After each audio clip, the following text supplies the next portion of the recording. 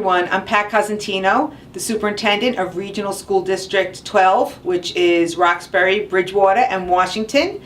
We are here today with another new teacher TV show, and we have 3 wonderful educators new to our region, some new to teaching, some a little more experienced. So we will have them introduce themselves, and you can learn all about them. We'll start with you, Jason.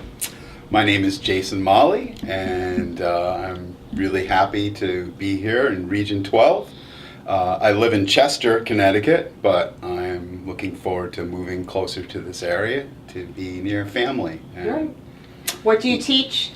I, right now, teach instrumental music, Okay. and I'm involved in all 4 schools, which has been Excellent. very exciting. Excellent. Erin? Hi, I'm Erin Byer. I teach grade 2 here at Washington Primary School. I live in Newtown, Connecticut. I've lived there all my life. And I'm so thrilled to be here this year. Great. It's been great. Hi, my name is Ashley Volpe. I teach elementary general music for all 3 elementary schools here in Region 12, and I am from Southbury, Connecticut. I'm a first-year teacher, and just like Erin said, I'm excited. I'm loving it, and I've been having a good time. Great, excellent. So, you all talked a little bit about your jobs here, but go a little deeper, especially the music people, because in such a small region, as you said, you're in different schools, you're all over the place. So we'll start with you, Jason. You came in the middle of the year. I did, yes. Okay, so talk about that and talk about, what exactly you're teaching right now. Well, I teach beginning instrumental lessons to 4th, 5th, and 6th graders. Okay. Generally, 4th through 6th is considered beginning. Okay. Because it takes that much time to really get all the students comfortable on their instruments. Everybody moves at different levels and rates. Okay. And it's very complicated to work within the schedules. Sure. And it takes a lot of flexibility, a lot of patience, a lot of advocacy. Sure. So it's a big job. Yeah. Now tell us the instruments that you teach or the kids take under your tutelage. Absolutely. Most children will start with flute, clarinet, saxophone as woodwind instrument options, brass instruments, trumpet, trombone. I have 1 French horn student, which is really wonderful. Okay. And then percussion. Okay, great. I am not a musical person, but I love music, and I wish I learned how to play an instrument. But you just brought back to me when you said flute. When I was an undergraduate at Queens College, one of the classes was music education, and we all had to learn to play the recorder. Do they still do that? Oh, I had to teach do it. that when I was in Absolutely. elementary. I Okay. teach recorder to Go my ahead. 3rd Yes, graders. you do. Yes. Okay. So I teach elementary general music, and I teach at all 3 elementary schools. So I teach every elementary schooler in the region: kindergarten, 1st grade, 2nd grade, 3rd grade, 4th grade, and 5th grade. Wow. And there's really a wide variety of different things I do. In kindergarten, 1st grade, I'm getting the students to love to sing, love to move to music, and experience in that way. Whereas with my 5th graders, we're playing Orff instruments, things like xylophones and metallophones. We're singing more complicated music. We're talking about music as a part of our culture, as a part of world music, things like that. And I am doing recorder. I'm doing recorder with all my 3rd graders right now. And we're doing a program called Recorder Karate. Okay. So the kids can earn different colored belts, from white belt up to black belt. Okay. And they love it. And so each belt has a different song assigned to it. So the white belt song is Hot Cross Buns, the most simple one. And and they play their song for me, and if they play it correctly and they do their best, I tie a piece of white yarn onto their end of their recorder. And the goal is to get all the different colors of yarn up to black belt, and they are motivated. They love it, so it's going really well. Oh, that's wonderful. Good. Yeah. And now you just brought back a memory when I was at Bethel Elementary School. Frank Gay Berry, we have a music teacher who's been there forever, Mrs. Dubois, who does a great job. And they also did a 3rd grade recorder concert. Yeah. And they would do that Hot Cross Buns. And the second, I'm not going to ask you to sing it, because the second I hear that, it stays in my head. head for like 3 months. You can't get rid of it, right? Well, the good thing is that's our white belt song. So Yeah. the hope is we move on from Yes. that quickly. I have kids now who are testing for blue belt and Oh, red that's belt. They're great. moving on really It's quickly. wonderful. It's Yeah. wonderful. Yeah, that sounds really engaging. Yeah, Yes. they love it, and they look forward to it from the beginning of 3rd grade, and we don't start till January, so it's a real motivator for Yeah, them. that's wonderful. Yeah. Great. Fabulous program, and it works great because third grade is the year right before they start to pick instruments. Exactly. Okay. And It gets them so ready. the motivation gets them ready Mm-hmm. to move on to band instruments. Yeah. Okay, great. Yeah, it gives them the opportunity to start reading music Uh-huh. on their Okay. own, working independently. Okay. They're doing all of that, so. Okay, Yeah. great. Mhm. So before we go to 2nd grade and hear about that, let's just talk a little bit more about the music, because kids in 4th grade do start to choose. So how do they make those choices? How do you? Well, Help them.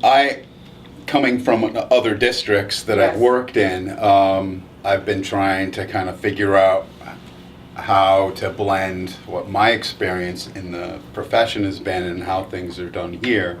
And so I'm a little uncertain about how the process starts, but Uh-huh. I know that I'm very interested in beginning that process with Ashley's 3rd graders within the last couple weeks of school. Okay. I plan on scheduling some times to come Okay. visit her class to demonstrate some of the instruments. Okay. There are also some really wonderful evaluation tools that can be used to measure how students can become most successful, to kind Okay. of guide them into Okay. an instrument choice. Because a lot of them might make choices based on what their friends are Sure, doing and that sure, sort of sure. thing. And you want to make absolutely sure that they're going to kick off this commitment in the most positive way for them to be Absolutely. successful, and remind them that the goal is for them to be in a band where all the friends will be together. Sure. And that they shouldn't worry about instrument choice. So does every 4th grader in our region take music and take band? Or- Right now, it seems like the percentage is in the 90% Okay, good. area. So excellent. almost every Yes, student. that's wonderful. Good. We'll try to So get that up. Yeah. Yeah.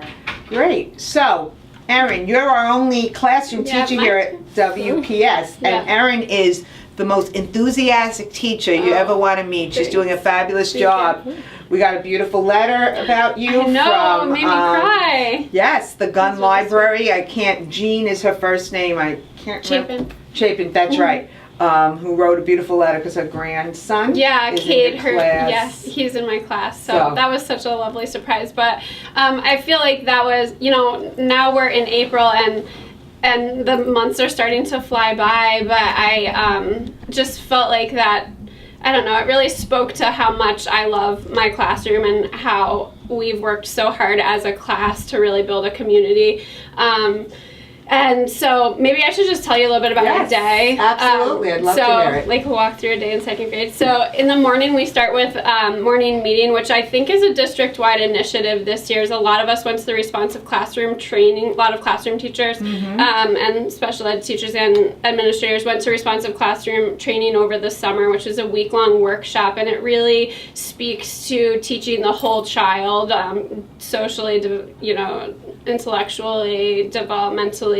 And so the morning meeting is a 20-minute meeting in the beginning of the day where students really learn a lot of interpersonal skills and also sort of initiate our academics for the day through morning message and through greeting each other, being able to make eye contact when you talk to one another, being able to deliver a strong handshake and active listening skills and all of that. So I think that my little group of 16 students has really, now in April, I'm really seeing a big change in them and being able to take care of one another and take care of our environment and respect our school, and it's just a really vibrant place to be. So, it's been Wonderful. excellent. So what happens after morning meeting? What do you get into? So after morning meeting, we usually go into reading. I do a reading workshop model, so it's like a 10 to 15 minute mini lesson, and then we break into a lot of independent and small group activities, which I'm really trying to do throughout my day in every content area. So we have small reading groups with different professionals in the room, as well as I lead a group, and we have independent reading conferences, students reading in paired reading, students doing word work, students on the computers. And then we go into writer's workshop, which students peer conference with one another a lot. Right now, we're just starting up a project called Guess Who, and you know that game Guess Who, that board game? Sure. So, you ask each other questions and you flip those down and you end with one person. So they're learning how to write paragraphs, and to do that in a fun way, they're writing paragraphs about what they look like, what they like to do, and then as a whole class we play the game where we need to guess who each person's was. Okay. That's great. It's just kind of a meaningful way to, Sure. you need to indent your paragraphs, you need to write focused paragraphs. So really trying to make it authentic and fun every day for the students. They're a really lively group, so they need that. Okay, so after reading, we now have That's right. I just talked a little bit about writer's workshop. writer's workshop. And in math in the afternoon, we use the Smartboard a ton. I mean, we use it for all subjects, but like during writing, we'll edit each other's work on the Smartboard.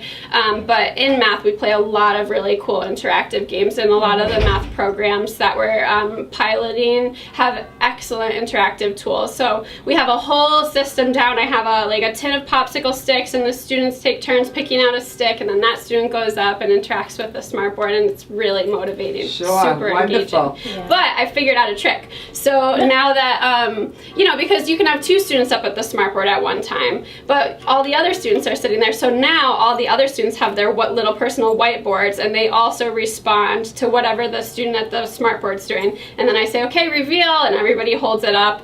And, we have more active engagement at all times. So it's That's pretty wonderful. Cool. Yeah. Now, when do your kids have their specials? Most of our specials are in the afternoon, although we do have music in the morning. Just had 'em. Yep. Yep. Okay, good. So in the afternoon, they usually have specials, and that gives me some good prep time for science and social studies. That's usually at the end of the day. So right now we're studying pebbles, sand, and silt. We went on a rock hunt yesterday out on the little walking trail back by the playground, and used the outdoor classroom a little bit, which I don't know if any of you have been to, but it's a really cool little outdoor seating arena in right near the river, right out back behind the playground. So we collected our rocks, and everybody took turns describing them based on their properties. It was a really neat little experience. Interesting. Yeah. I've been out there, but I didn't realize there was an outdoor little classroom It's there. definitely worth there are seeing. benches all over the place, but you're saying there's a couple in that area? There's a little clearing in between the trees, and there's probably 5 benches set up, almost like a campfire in the I'm middle. gonna have to look. Okay. Yeah, and Nice. I bet I could see it being a really cool place to do an author's share, tell stories, and Very nice. It was neat. That's beautiful. First time we used it. That's beautiful. So, in education, so many districts, and not our districts, but when you have to make budget cuts, you look at the arts, you look at music, you look at art, which is so disappointing.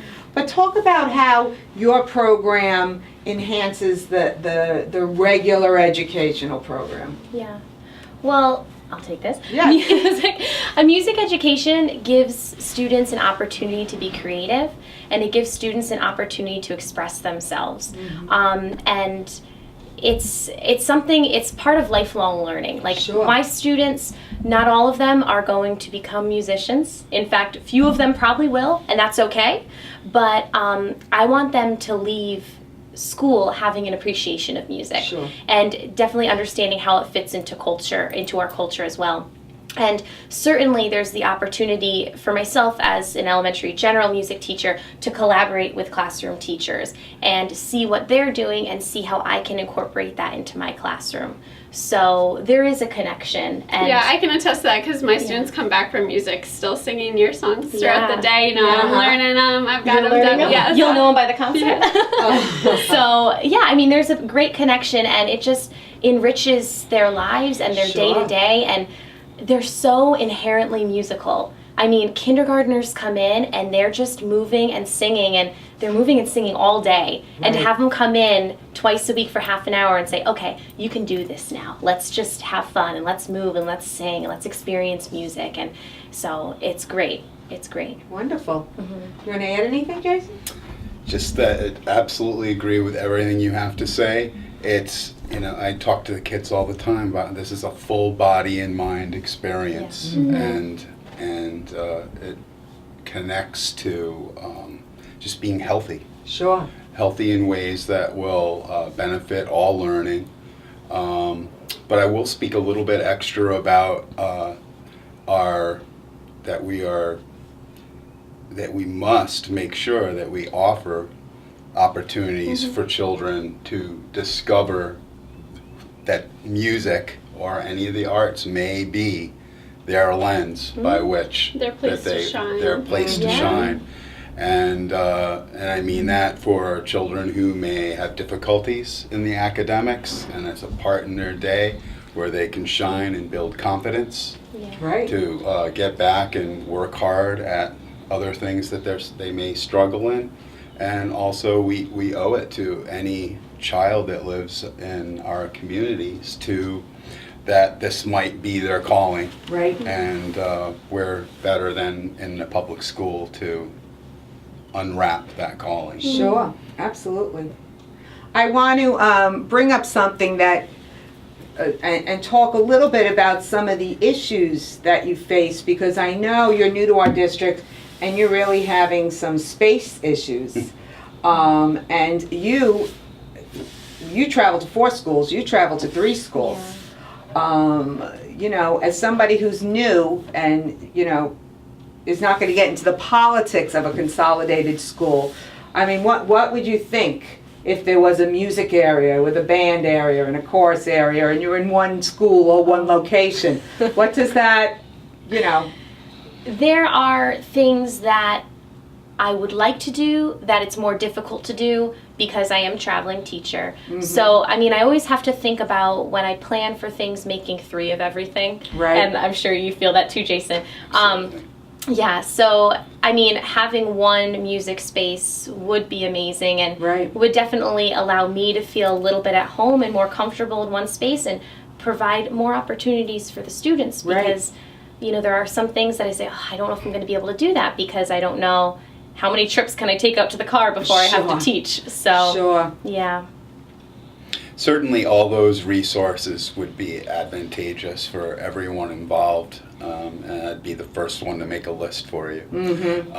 But to me, the most critical factor are for the students to have each other, to have a truly authentic band experience.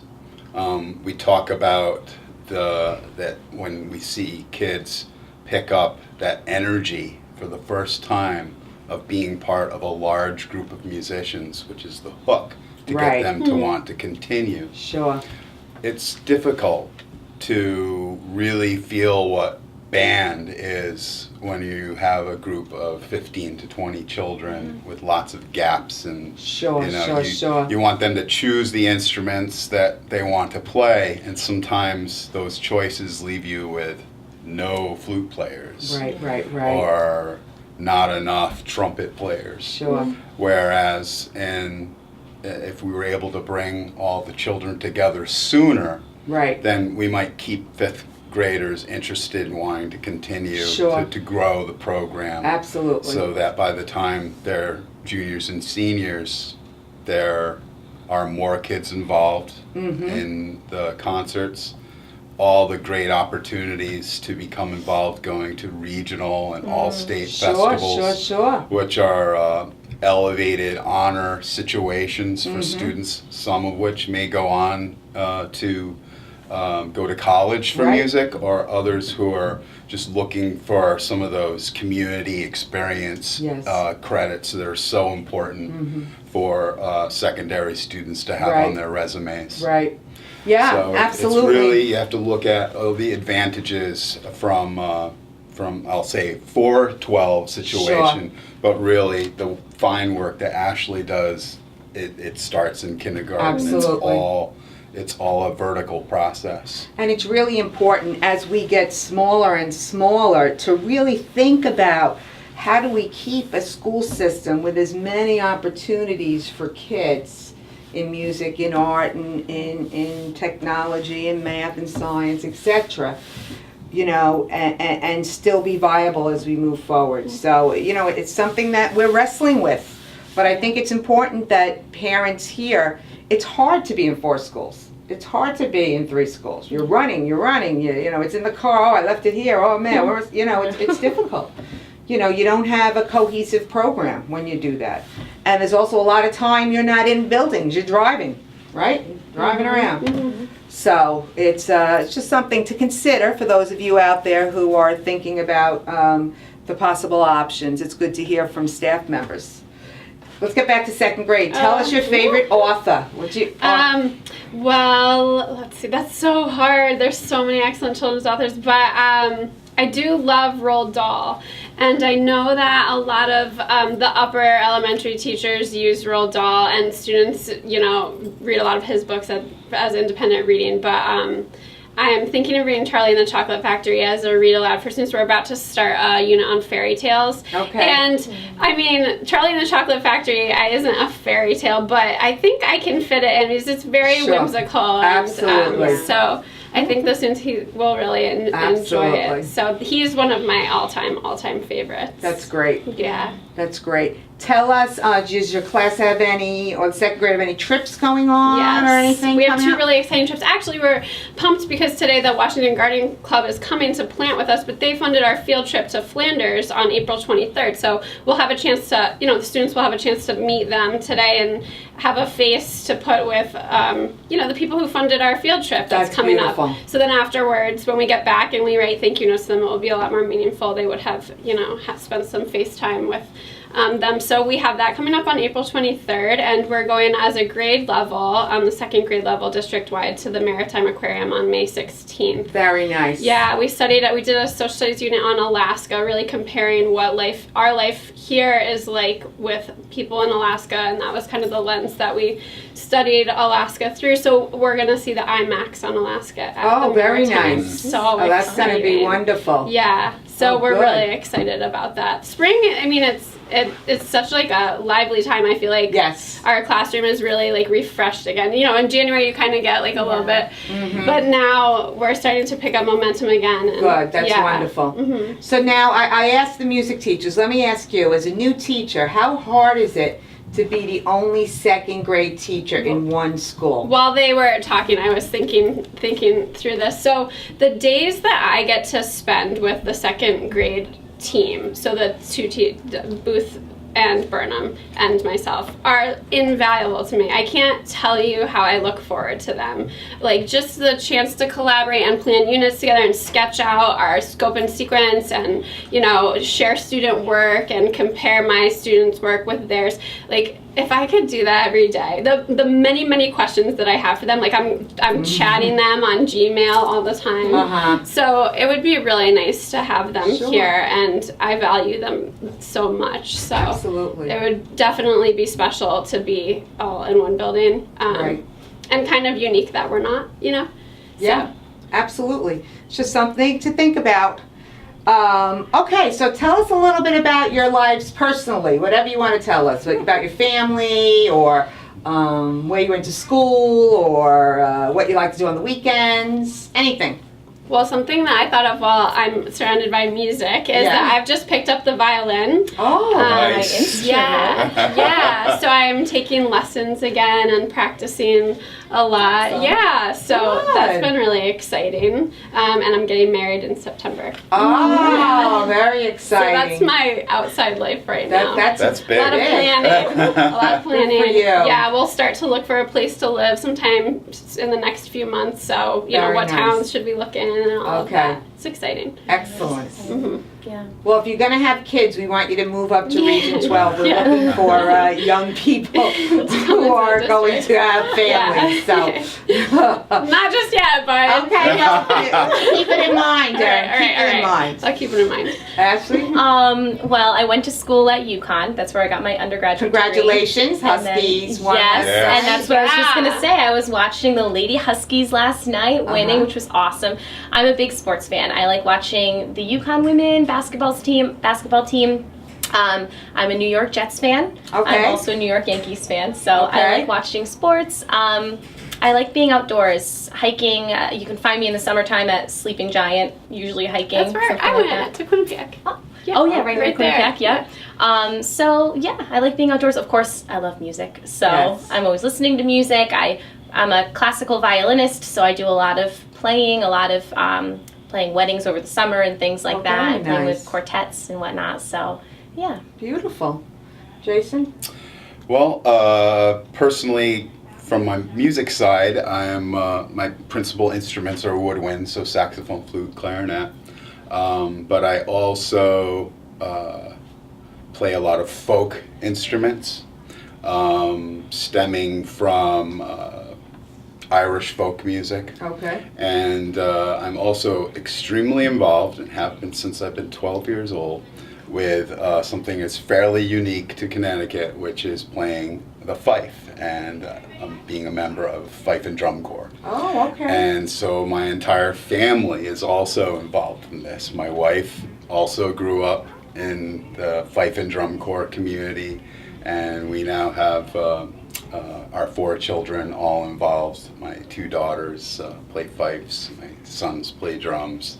And so we're starting to get excited about the summer, where we go off to a lot of encampments. Okay. And doing parades, and we get to do Very a lot nice. of day tripping around, and so we get all dressed up in our Which drum colonial corps? Like gear. which, is it like in some area? Like if we were to look for you in a parade, would there be a sign? What? Yeah, there are not too many I don't in know. this area, Okay. but the 2 big events that we go to, which are Yes. weekend-long encampments, one is in Deep River, Okay. which is very close to where I live.